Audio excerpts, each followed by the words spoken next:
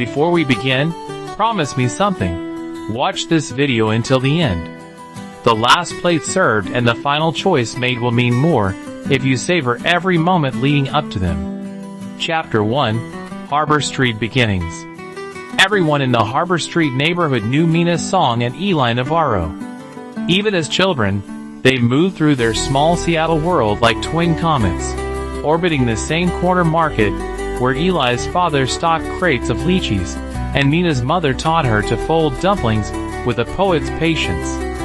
After school, they drifted to the back kitchen, where oil sizzled and the radio hummed, and the air smelled like star anise, vinegar, and possibility.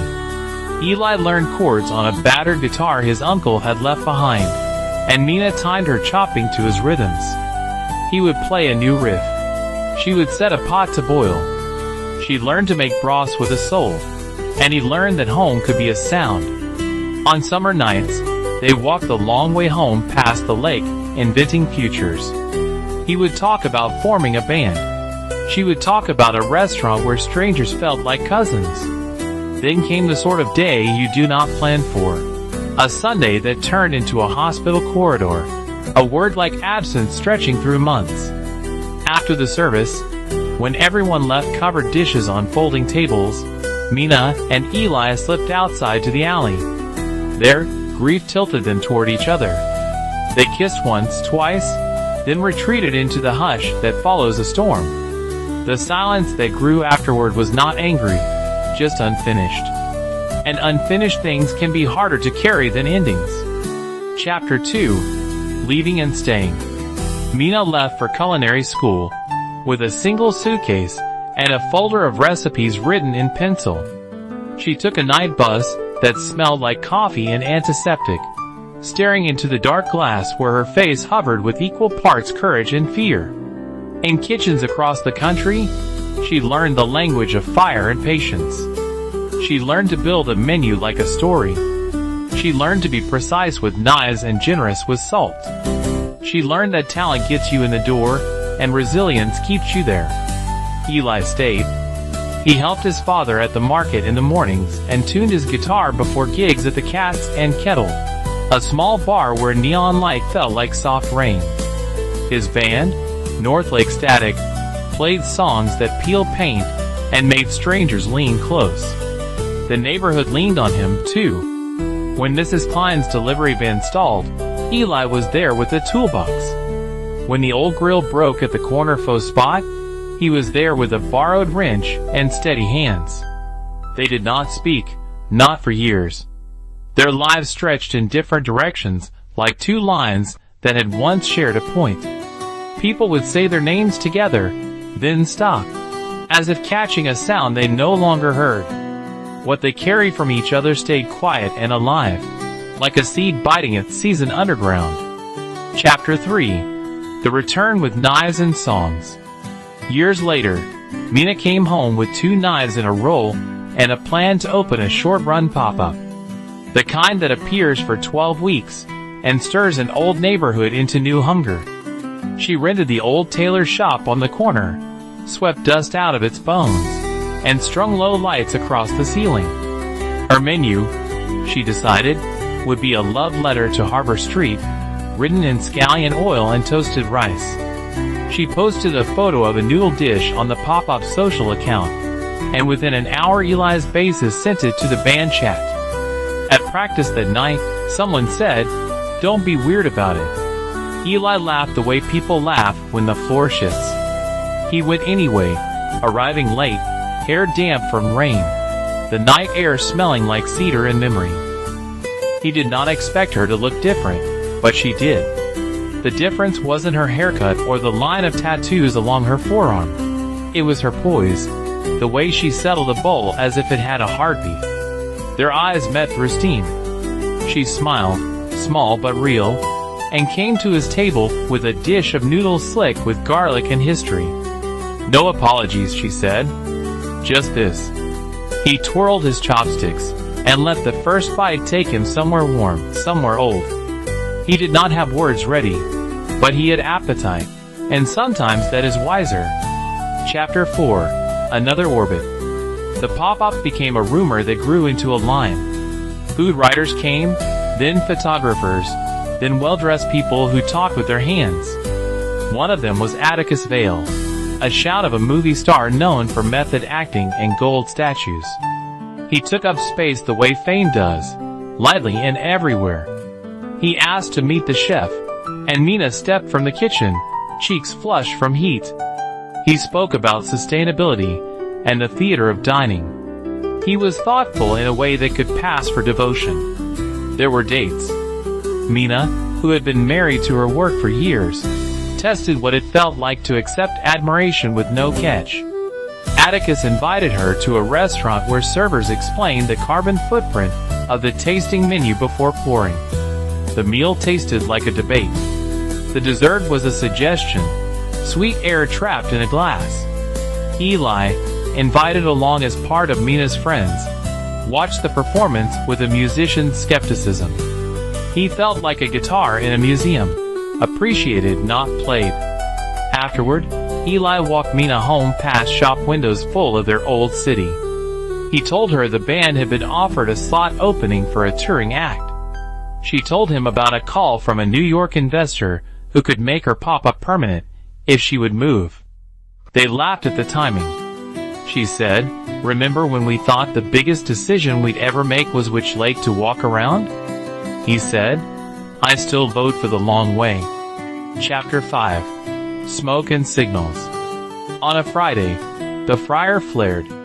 It wasn't dramatic, just a lick of flame that reminded them the gods of restaurants are capricious. Smoke kissed the ceiling, and the fire alarm keened like a disappointed ant. Customers evacuated into the drizzle. Mina stood on the sidewalk with her crew, face streaked, apron singed. Eli arrived within minutes, carrying a toolbox and the insistence that most disasters could be persuaded to behave. He replaced a fuse, cleaned out vents, and stayed past midnight when the city had gone tender and quiet. They sat on milk crates outside by the dumpsters, where so many good conversations happen.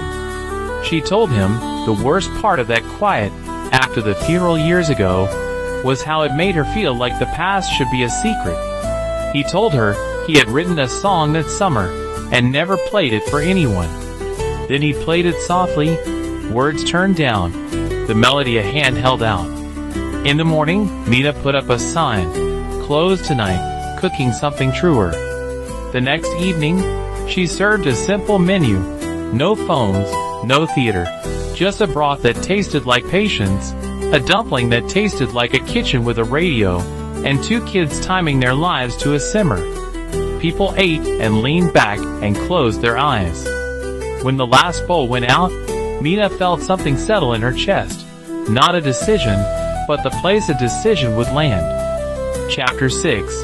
The Long Way Around. The New York offer arrived in a crisp email that made everything sound inevitable.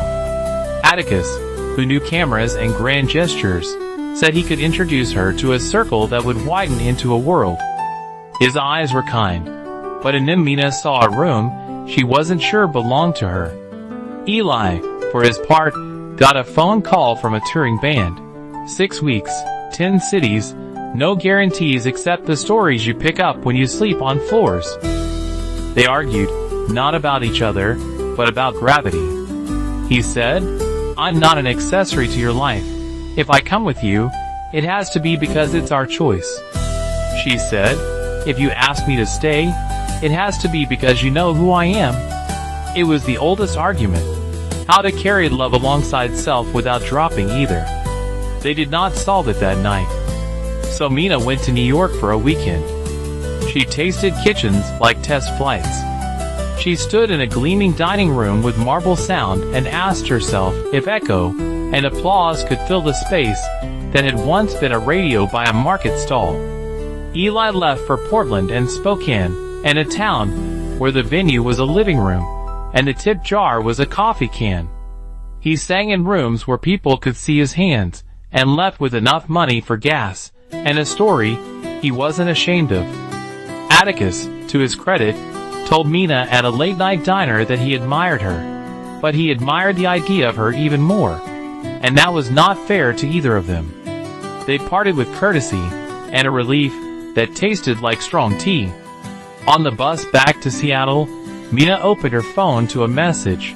A video of Eli playing that unfinished song, eyes closed, breath steady, the caption reading, "I'm taking the long way around." Are you? Chapter 7, Harbor and Hearth. She arrived at dawn. Harbor Street was the color of coffee and cloud. Mina unlocked the pop-up and stepped into a room that had waited without sulking. She brewed tea, said stock to burble, and called a sign painter. By noon, a new name gleamed above the door, Harbor and Hearth. Under it, smaller letters read, "A home for the neighborhood." Eli returned that night with road on his shoes, an apology in his throat. He didn't need it. Mina told him she hadn't chosen New York or a man made of burnished light. She had chosen a table that could hold both her ambition and the bowl she learned to fill beside a radio. He told her the road had been a good teacher, but he was done learning from distances. They stood in the doorway of the place that had not existed yesterday and finally finished what they had started years ago in an alley with grief in the air. Opening night, they fed everyone who had ever fed them. The man who fixed the neon sign, Mrs. Klein with the stubborn van, the high school music teacher who lent Eli a better guitar for a year and never asked for it back. The menu read like a map of their neighborhood: scallion pancakes and grilled fish rubbed with lemongrass, noodle soups whose broth hugged the throat, a dessert of candied ginger, and the softest yuzu custard. Eli's band played in the corner without a stage. The room hummed like a heart. Late, after the last table was wiped down and their feet were tired in the satisfying way, they locked the door and stepped outside into night that smelled like possibility and dish soap. They did not swear giant oaths. They made practical promises. He would help her fix what broke and not try to fix what shouldn't be. She would let him leave for a week to follow a song and not call that leaving. And when success came calling again, as it would, they would answer together, with both hands on the same receiver. There is a certain look that people have when they find their place. Something near the eyes that says they belong to themselves and to someone else without surrender. Mina had that look. Eli did too. A man walking by with takeout and a brown bag could have seen it.